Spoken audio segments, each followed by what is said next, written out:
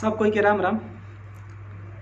आज एगो गीत गावल चाहतानी जौना के पवन सिंह जी गईले बानी। बात अखिया से जब जब आगे बढ़ल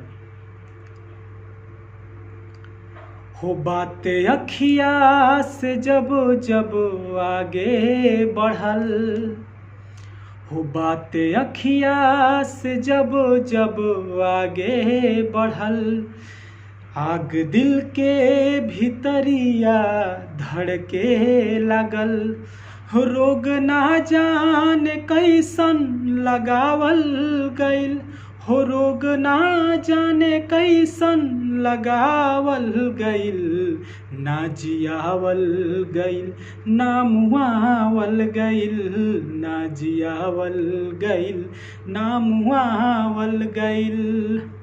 दिल मरुस्थल बहारे में आई कि ना, प्यार के दीप कोई जलाई कि ना, हे गो पगला के जैसन बनावल गइल, ना जियावल गइल ना मुआवल गइल, ना जियावल गइल ना मुआवल गइल।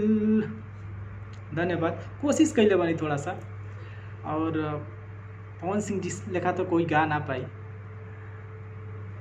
धन्यवाद।